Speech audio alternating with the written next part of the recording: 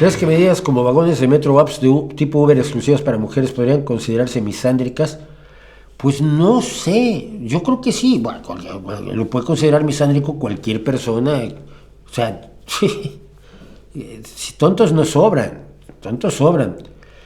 Pero si tú conoces la realidad, por ejemplo, del metro mexicano, no sé ahora, pero el metro en México a las 7, 8 de la mañana, cuando toda la gente iba a trabajar, había vagones para mujeres porque si no, había una enorme cantidad de abusos, aunque fuera por una parte pequeña de la población, ¿eh? Pero vamos, los abusos estaban a la orden del día, ya no estaban en los autobuses, lo sabíamos. Entonces, si es misándrico, me da igual, llora señorón, pero esto protege a la gente de manoseos indeseados. Y vuelvo a decir lo que siempre suelo explicar aquí. Cuando se ponen, ¡ay, lo misándrico! Mira, y si hay cosas que lo son, ¿eh? Yo no estoy a favor de las visiones más ridículas de cierto feminismo minoritario.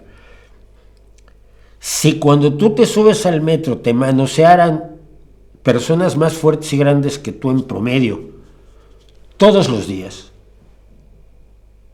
dime que no te cabrearías. Que te metieran mano, pero bien metida.